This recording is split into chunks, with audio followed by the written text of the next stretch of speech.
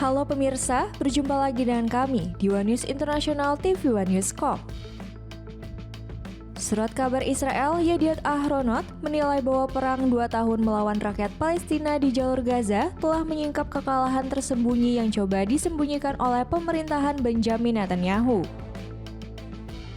Media itu menyebut klaim kemenangan yang kerap disampaikan pemimpin Israel hanyalah upaya menutupi kegagalan militer dan politik yang sebenarnya. Informasi lainnya, seorang utusan Kremlin mengusulkan pembangunan terowongan bawah laut yang menghubungkan Rusia dan Amerika Serikat. Proyek ambisius yang disebut dapat melibatkan perusahaan milik Elon Musk, The Boring Company. Selengkapnya hanya di One News International.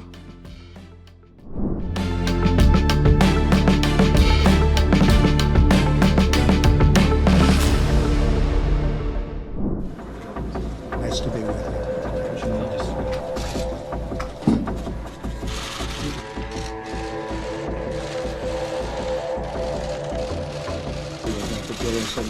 Utusan investasi Kremlin, Kirill Dmitriev, memaparkan rencana pembangunan jalur kereta dan kargo bawah laut sepanjang 112 km yang menghubungkan Siberia dan Alaska.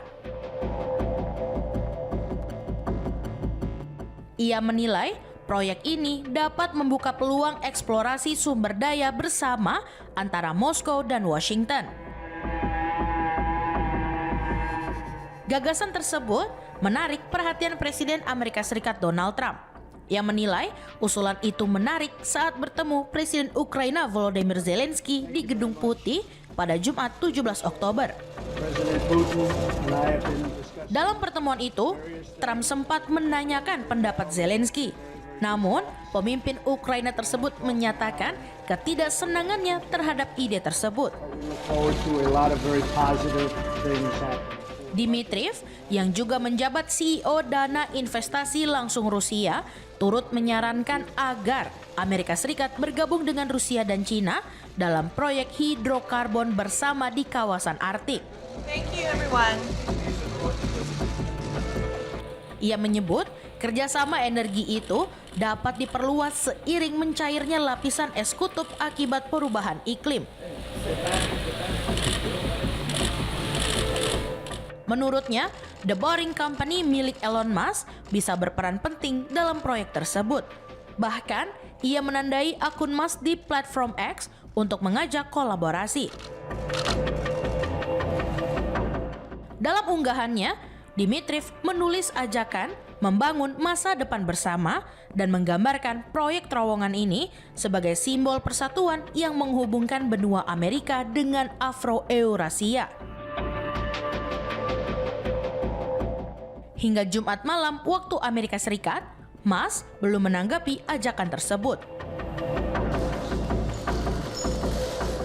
Usulan ini muncul di tengah meningkatnya komunikasi antara Washington dan Moskow menjelang pertemuan puncak Trump dan Putin di Budapest, Hongaria yang dijadwalkan berlangsung 2 minggu mendatang. Kremlin telah mengonfirmasi agenda pertemuan itu. Terowongan yang diusulkan akan melintasi Selat Bering, kawasan sempit sepanjang 82 km yang memisahkan wilayah Chukota di Rusia dan Alaska di Amerika Serikat.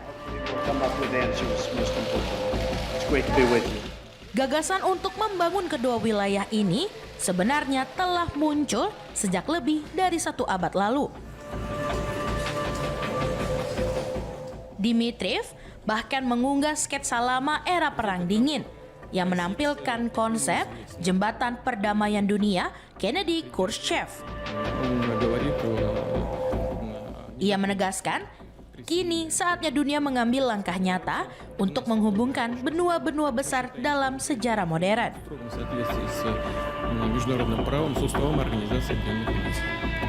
Для нас, для Российской Федерации, это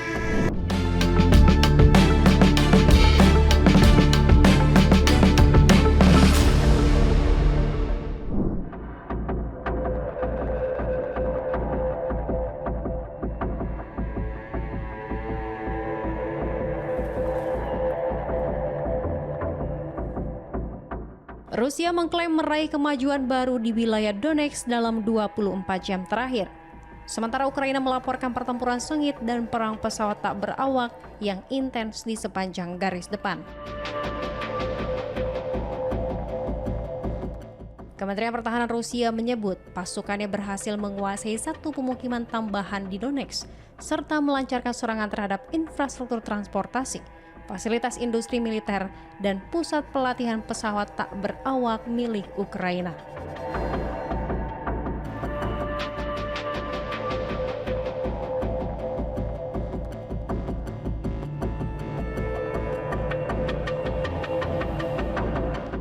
Rusia juga mengklaim berhasil mencegat 140 drone, 6 roket HIMARS, dan 4 bom udara berpemandu milik Ukraina. Sementara itu, Staf Umum Anggota Bersenjata Ukraina melaporkan terjadi 74 pertempuran hingga Sabtu sore. Ukraina juga menyatakan pasukan pertahanan udaranya berhasil menembak jatuh 136 pesawat tak berawak Rusia antara Jumat malam hingga Sabtu pagi. Diketahui, Rusia terus melancarkan serangan ke berbagai arah di wilayah Ukraina dan kini berhasil menguasai sebagian wilayah Donetsk. Serangan dilakukan secara intens baik melalui darat maupun udara, termasuk dengan penggunaan pesawat tak berawak dan serangan terhadap fasilitas militer Ukraina. Sementara itu, juru bicara Kementerian Luar Negeri Rusia, Maria Zakharova, menuduh Uni Eropa menghasut Amerika Serikat untuk menyediakan rudal Tomahawk bagi Ukraina. Yang menunjukkan bahwa UAE tidak mempunyai niat untuk mempromosikan perdamaian. Diketahui, Presiden Amerika Serikat Donald Trump mengonfirmasi bahwa ia dijadwalkan bertemu dengan Zelensky di Gedung Putih. Kedua presiden diperkirakan akan membahas penyediaan rudal Tomahawk untuk Ukraina, tetapi Trump belum membuat komitmen akhir terkait isu ini.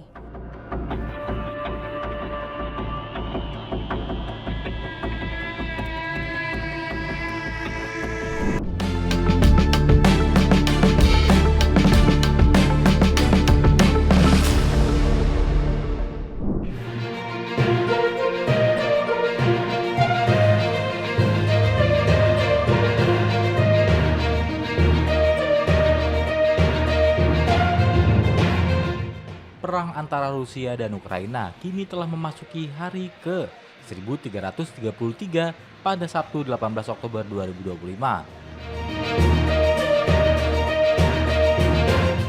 Konflik tersebut bermula dari ketegangan panjang yang berakar sejak bubarnya Uni Soviet pada 1991.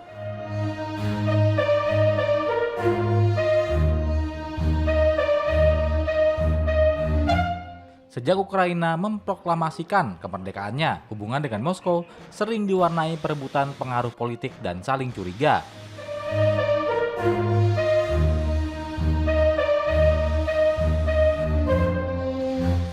Ketegangan mencapai titik baru pada 2014 ketika revolusi Euromaidan menggulingkan pemerintahan pro-Rusia di Kiev.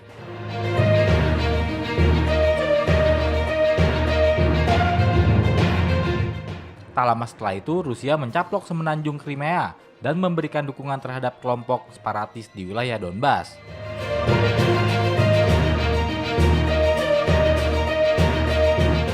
Situasi memuncak pada Februari 2022 saat Moskow melancarkan invasi besar-besaran yang mengubah konflik lokal menjadi perang terbesar di Eropa sejak Perang Dunia Kedua.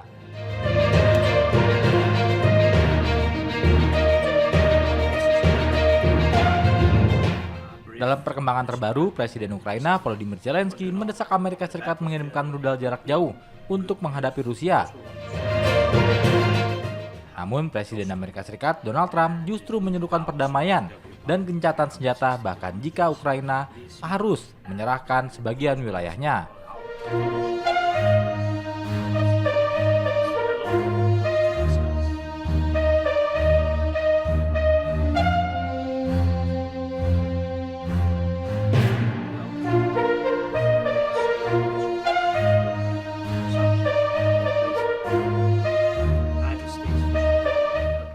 Sementara itu, Rusia mengeklaim berhasil merebut 3 desa baru di wilayah timur Ukraina. Perang Rusia-Ukraina kini dipandang bukan sekedar perebutan wilayah, tetapi juga pertarungan narasi, legitimasi politik, dan arah masa depan tatanan dunia.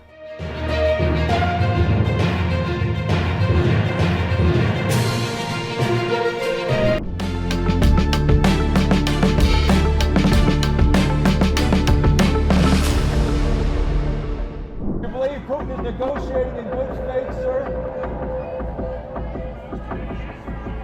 Do you believe? Is Putin negotiating in good faith, sir? Thank you. Very much, everybody. Pertemuan antara Presiden Amerika Serikat Donald Trump dan Presiden Ukraina Volodymyr Zelensky di Gedung Putih pada Jumat 17 Oktober dilaporkan berlangsung dalam suasana tegang. With him, to be honest, Setelah Kiev gagal memperoleh persetujuan Washington atas permintaan pengiriman rudal jarak jauh Tomahawk. Laporan media Axios yang mengutip sumber internal menyebut pertemuan tersebut berjalan sekitar 2,5 jam dan diwarnai diskusi yang sulit. Dua sumber yang mengetahui pembahasan itu menuturkan bahwa Trump menegaskan belum berencana memberikan rudal Tomahawk kepada Kiev untuk saat ini. I don't know what's bringing him to. I think he. Beberapa pihak menggambarkan suasana pembicaraan sebagai tidak mudah dan bahkan emosional di sejumlah momen. Tomahawks also. We don't want to be. Meski tidak ada pertengkaran terbuka, Trump dikabarkan bersikap tegas selama pembahasan. Very strong country right now. We have a strong military. Pertemuan itu berakhir mendadak setelah Trump menyatakan bahwa pembahasan akan dilanjutkan pekan depan. Yang diyakini mengacu pada rencana dialog antara Amerika Serikat dan Rusia dalam waktu dekat. Zelensky memilih tidak memberikan komentar kepada media usai pertemuan, termasuk terkait permintaan rudal jarak jauh tersebut. Ia hanya menekankan bahwa Washington tidak menginginkan adanya eskalasi baru di medan perang. Trump menilai pemberian rudal Tomahawk bukan keputusan yang mudah karena Amerika Serikat harus menjaga cadangan persenjataannya demi kepentingan pertahanan nasional.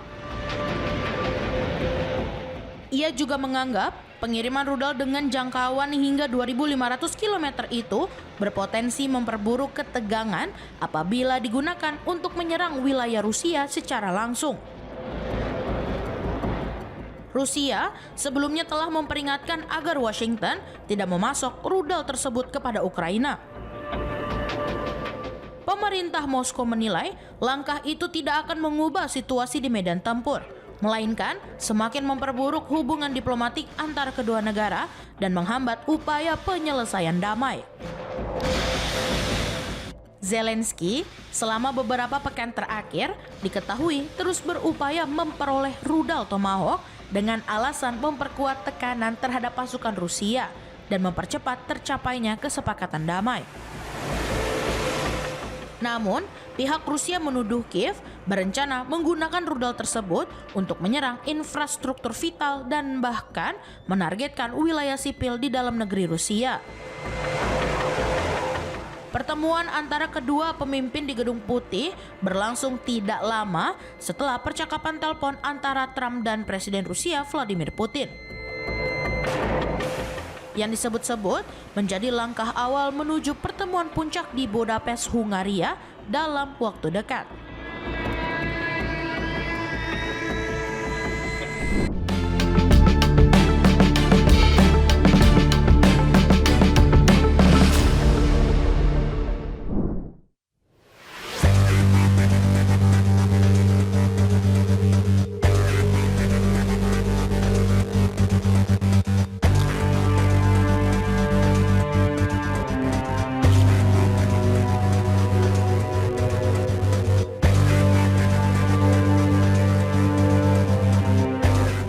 Rusia kembali melancarkan serangan besar-besaran di wilayah timur Ukraina Kamis 16 Oktober 2025.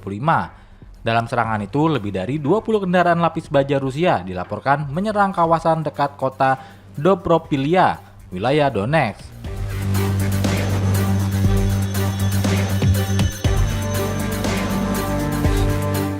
Namun pasukan Brigade Azov Ukraina mengeklaim berhasil memukul mundur serangan tersebut setelah pertempuran sengit terjadi di sekitar desa Malinivka sekitar 13 km selatan Sakhove.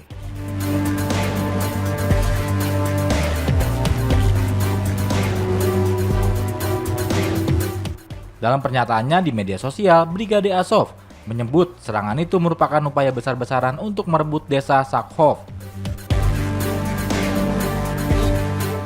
Namun pasukan Rusia justru kehilangan 9 kendaraan lapis baja akibat serangan balik Ukraina.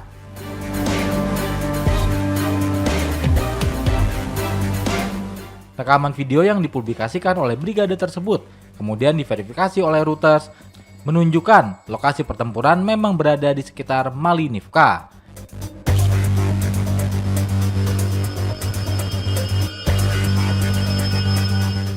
Hingga saat ini pihak berwenang Rusia belum memberikan komentar resmi terkait laporan tersebut.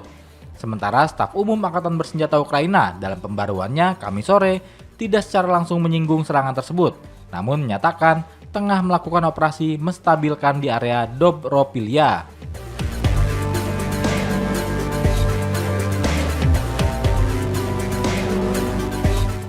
Dobropilia sendiri memiliki posisi strategis karena berdekatan dengan kota Pokrovsk, pusat logistik penting yang menjadi salah satu target utama pasukan Rusia dalam upaya mereka mendorong garis depan ke arah barat Donetsk.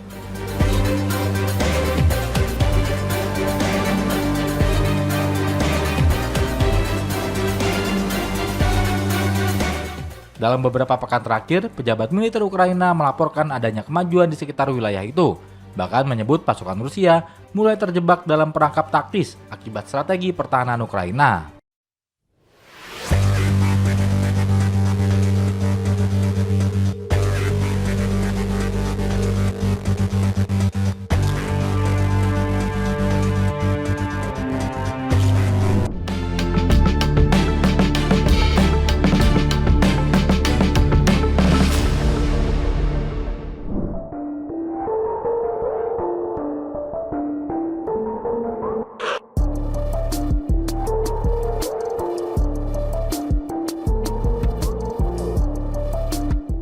Presiden Amerika Serikat Donald Trump menyatakan keinginannya memperluas perjanjian Abraham setelah gencatan senjata Israel-Hamas, dengan menargetkan Arab Saudi sebagai negara berikutnya yang bergabung dalam kesepakatan normalisasi tersebut. Dalam wawancara dengan Fox Business Network yang dikutip pada Sabtu 18 Oktober 2025, Trump mengungkapkan harapannya agar Arab Saudi dan negara-negara lain mengikuti langkah serupa dalam waktu dekat. Ia menilai bila Riyadh bergabung, maka negara-negara Arab dan Muslim lainnya akan segera menyusul. Trump menggambarkan keberhasilan perjanjian damai antara Israel dengan negara-negara Arab sebagai pencapaian luar biasa. Ia menyinggung kembali perannya dalam menengahi kesepakatan normalisasi antara Israel dan Uni Emirat Arab pada 2020 yang kemudian diikuti Bahrain, Maroko, dan Sudan. Menurutnya, inisiatif tersebut menjadi fondasi penting bagi perdamaian jangka panjang di kawasan Timur Tengah. Meski demikian, proses perluasan perjanjian tidak sepenuhnya sederhana.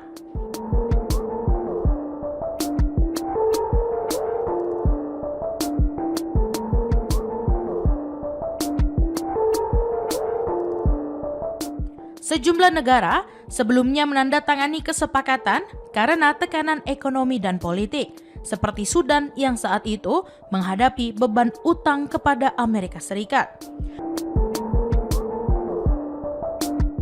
Sementara itu, Arab Saudi tetap menegaskan sikapnya untuk tidak menormalisasi hubungan dengan Israel sebelum terbentuknya negara Palestina yang merdeka.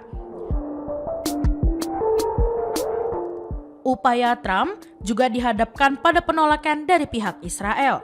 yang menentang rencana Washington memberikan imbalan berupa transfer teknologi nuklir damai kepada Riyadh.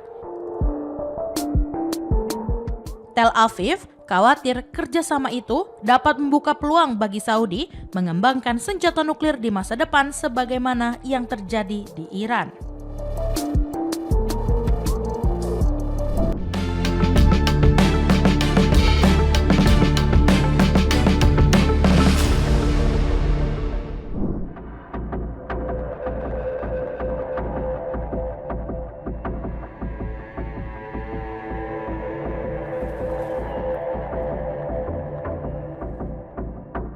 Surat kabar Israel, Yediot Ahronot, menilai bahwa perang 2 tahun melawan rakyat Palestina di jalur Gaza telah menyingkap kekalahan tersembunyi yang coba disembunyikan oleh pemerintahan Benyamin Netanyahu. Media itu menyebut klaim kemenangan yang kerap disampaikan pemimpin Israel tersebut hanyalah upaya menutupi kegagalan militer dan politik yang sebenarnya terjadi. Dalam laporannya, Yediot Ahronot menggambarkan bahwa 2 tahun setelah serangan 7 Oktober 2023, Israel masih berjuang memulihkan sistem keamanannya sekaligus kepercayaan publiknya sendiri. Di balik pernyataan-pernyataan kemenangan yang disebarkan pemerintah, tersimpan kenyataan pahit tentang kekalahan moral dan kognitif yang belum diakui secara terbuka. Media itu menguraikan bahwa pasukan keamanan Israel yang selama ini dikenal tangguh justru gagal mendeteksi dan mencegah serangan besar Hamas 2 tahun lalu. Situasi tersebut menunjukkan betapa para elit militer dan politik Israel cenderung meyakini narasi kemenangan versi mereka sendiri, meski berseberangan dengan kenyataan di lapangan.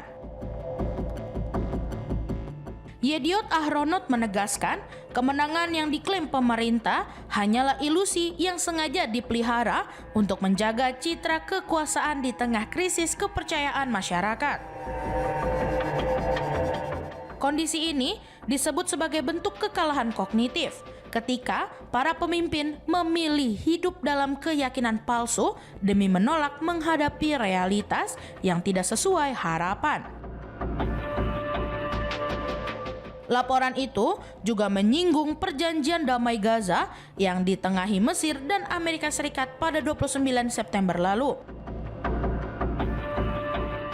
Disebutkan bahwa Netanyahu membuat sejumlah konsesi besar yang tidak diungkapkan kepada publik.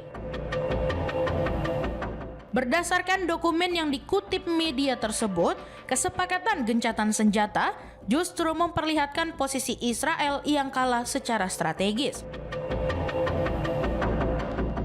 Karena Hamas tetap bersenjata, Gaza tidak didemilitarisasi, dan pasukan Israel harus ditarik dari sebagian wilayah.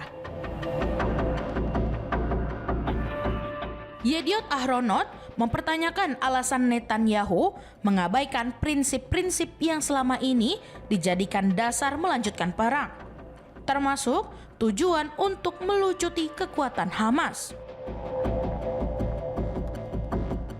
Media itu menilai publik Israel berhak mengetahui seluruh isi kesepakatan, bukan sekedar versi yang disesuaikan untuk kepentingan politik pemerintah. Sumber intelijen Israel yang dikutip dalam laporan tersebut menyebut gencatan senjata memang secara formal dianggap berhasil, namun dicapai dengan harga politik yang sangat mahal. Kesepakatan yang difasilitasi Mesir itu mencangkup pertukaran tawanan, pembukaan jalur perbatasan, dan izin masuk bantuan kemanusiaan ke Gaza. Berdasarkan perjanjian itu, Israel menghentikan operasi militernya, sementara Hamas membebaskan semua tawanan yang tersisa dengan imbalan pembebasan lebih dari 2.000 tahanan Palestina. Selama 2 tahun konflik, agresi Israel telah menewaskan hampir 68.000 warga Palestina dan melukai lebih dari 170.000 orang lainnya, sebagian besar perempuan dan anak-anak. Meskipun gencatan senjata telah diberlakukan, laporan dari Gaza menunjukkan jumlah korban terus bertambah seiring evakuasi jenazah dari reruntuhan bangunan yang hancur akibat serangan Israel. Para pengamat memperkirakan jumlah korban sebenarnya jauh lebih tinggi karena ribuan jasad masih tertimbun di bawah puing-puing kehancuran.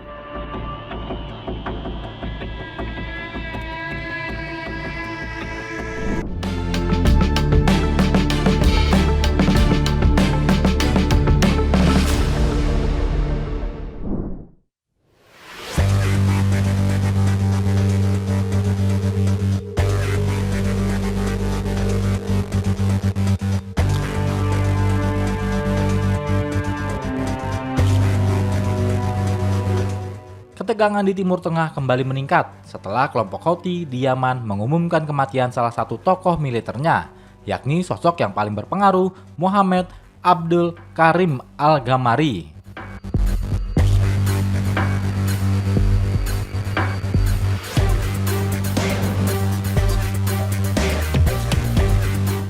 Menurut pernyataan resmi yang dirilis Al Jazeera, Komandan Houthi gugur akibat serangan udara Israel saat menjalankan tugasnya di wilayah Hodeidah, Yaman Barat pada Kamis 16 Oktober 2025.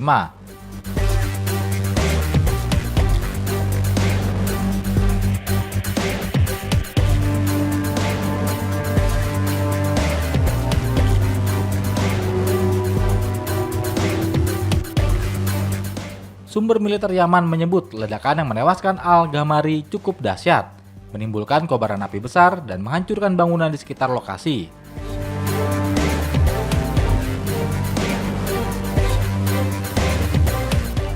Adapun kematian Al-Gamari terjadi 6 hari setelah dimulainya gencatan senjata antara Israel dan Hamas di Gaza yang ditengahi oleh Amerika Serikat.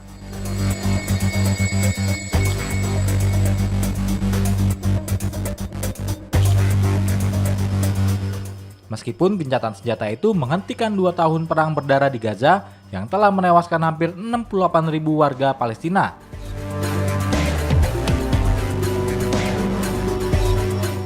Namun, serangan lintas batas masih terus terjadi di kawasan lain, termasuk dari Yaman.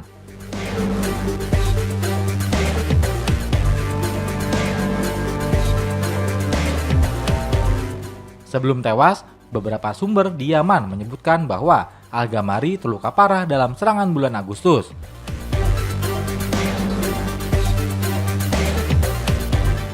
Ia disebut menjalani perawatan di lokasi yang dirahasiakan.